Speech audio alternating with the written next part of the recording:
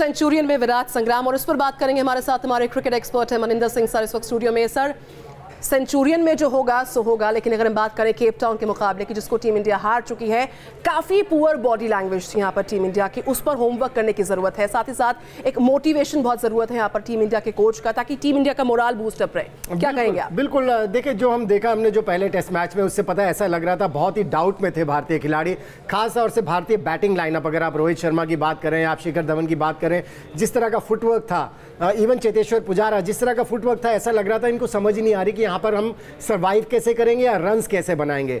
और ये सोच लेना कि अगर कोई खिलाड़ी इंटरनेशनल क्रिकेट खेल रहा है तो वो खुद को मोटिवेट कर सकता है, तो हर कोई खिलाड़ी राहुल द्रविड़ या सचिन तेंदुलकर या वीवीएस लक्ष्मण या वीरेंद्र सहवाग नहीं हो सकता। यहाँ पर कोच की भूमिका अहम हो जाती है, क्योंकि कोच का काम ही यही है कि आप इनको इतना मोटिवेट करके रखें कि इस तरह की बॉडी लैंग्वेज देखने को ना मिले। ये टीम पिछले जो पहला टेस्ट मैच खेला इंडियन टीम ने, ऐसा लग ही नहीं रहा था कि ये टीम वो टीम है जो पिछले 1.5-2 साल में इतनी क्रिकेट खेल के आ रही है और इतनी सीरीज जीत के आ रही है। मैं मानता हूं कंडीशंस अलग थी, लेकिन ऐसी कंडीशंस में अडेप्ट करना बहुत जरूरी है अगर आप ग्रेट टीम बनना चाहते हैं। क्योंकि चेतेश्वर पुजारा ने पिछले टेस्ट मैच के पहले कहा था कि ये इंडियन टीम वो टीम है जिसमें क्षमता है कि बेस्ट टेस्ट टीम बन सकती है। उसके लिए बॉडी लैंग्वेज में चेंज होना जरूरी है, और उसके लिए कोचिस का काम बहुत अहम है। बिल्कुल, कोच का काम, कोच का किरदार जो है यहाँ पे काफ़ी महत्वपूर्ण रहने वाला है। लेकिन अगर हम बात करें, टीम इंडिया की फितरत में शुमार है कि भाई आप एक मुकाबला हारते हैं तो बाउंस बैक करने की आपकी जो फितरत है वो रिपीट हो पाए ना हो पाए, लेट्स बी पॉजिटिव यहाँ पर। लेकिन फिर भी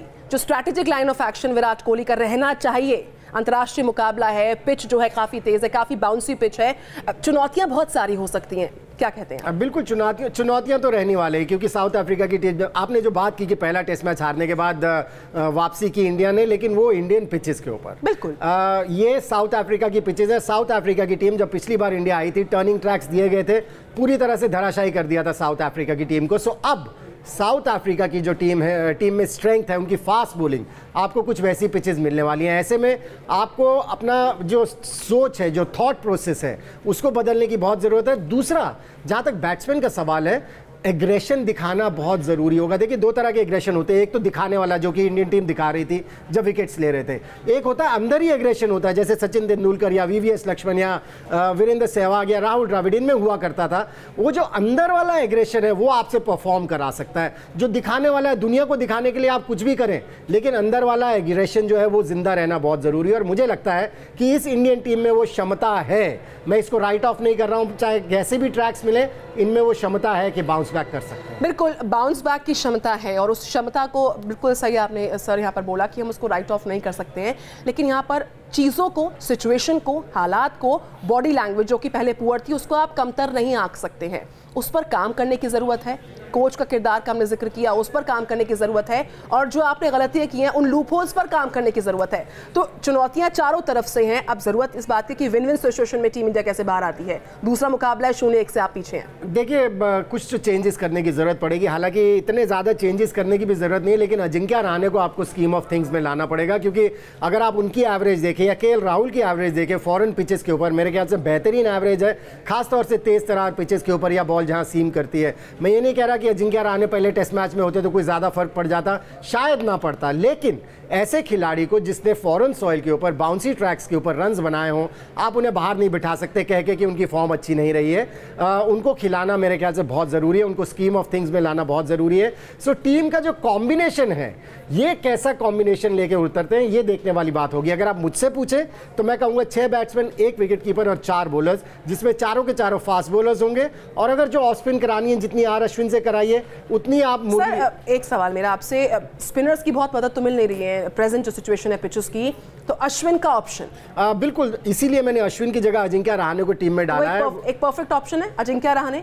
बिल्कुल, देखिए अजिंक्य रहाणे को तो आपको खिलाना ही पड़ेगा। बिल्कुल। और फिर आप अगर ऐसी पिचेस के ऊपर खेल रहे हैं जहां पर कि आपको ज्यादा कॉन्फिडेंस नहीं है, तो प्रॉब्ली आपको 6 बैट्समैन खिलाने चाहिए। अपनी बैटिंग को पैक करके चलना चाहिए, उसको कुशन दे के चलना चाहिए। नंबर 7 पर हार्दिक पांड्या, 8 पर साहा, और फिर 3 आपके फास्ट बॉलर्स। अगर ऑफ स्पिन की जरूरत पड़ती है तो जितनी ऑफ स्पिन आपने अश्विन से करानी है इन पिचेस के ऊपर, उतनी आपको मुरली विजय करके दे सकते हैं। अनिस सर, हम रिपोर्ट भी देख रहे थे, अजिंक्य रहाणे का जिक्र कर रहे थे। एक अजिंक्य रहाणे और 2 यहाँ पर जवाब। एक जवाब है कि भाई स्लिप की जो फील्डिंग है वो काफ़ी आपकी मजबूत हो जाती है और बैटिंग जो है उनकी कमाल की है।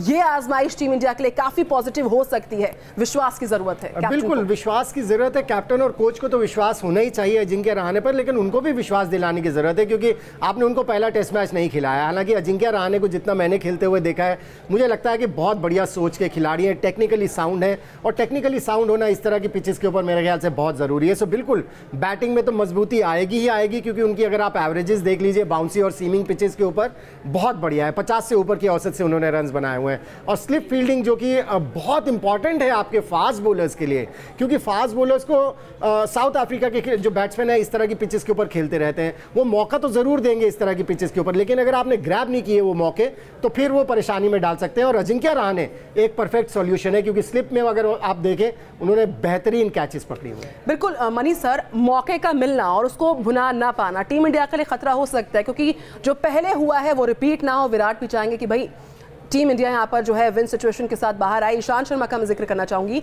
हम फास्ट बॉलर्स का जिक्र कर रहे हैं, हम टीम इंडिया की पूरी कॉम्बिनेशन की बात कर रहे हैं, और अगर हम ईशांत शर्मा का जिक्र करेंगे तो उनका टीम में आना और उनको अपॉर्चुनिटी मिलना इस पिच पे काफी उम्दा हो सकता है टीम इंडिया के लिए प्रेजेंट पिच के हिसाब से। बिल्कुल बहुत इंपॉर्टेंट है। पिछली पिच के ऊपर भी बहुत इंपॉर्टेंट होता है, क्योंकि जिस तरह की वो बॉलिंग कर रहे हैं, जिस तरह की वो लय में है इस समय, जो उनकी फिटनेस लेवल है, मेरे ख्याल से बिल्कुल 100% या उससे भी ज़्यादा उनकी फिटनेस लेवल, क्योंकि उनको भी समझ आ गई है कि उनको अगर बने रहना है इंडियन टीम में तो उनको अपनी फिटनेस लेवल को बढ़ाना होगा, जो कि उन्होंने किया है।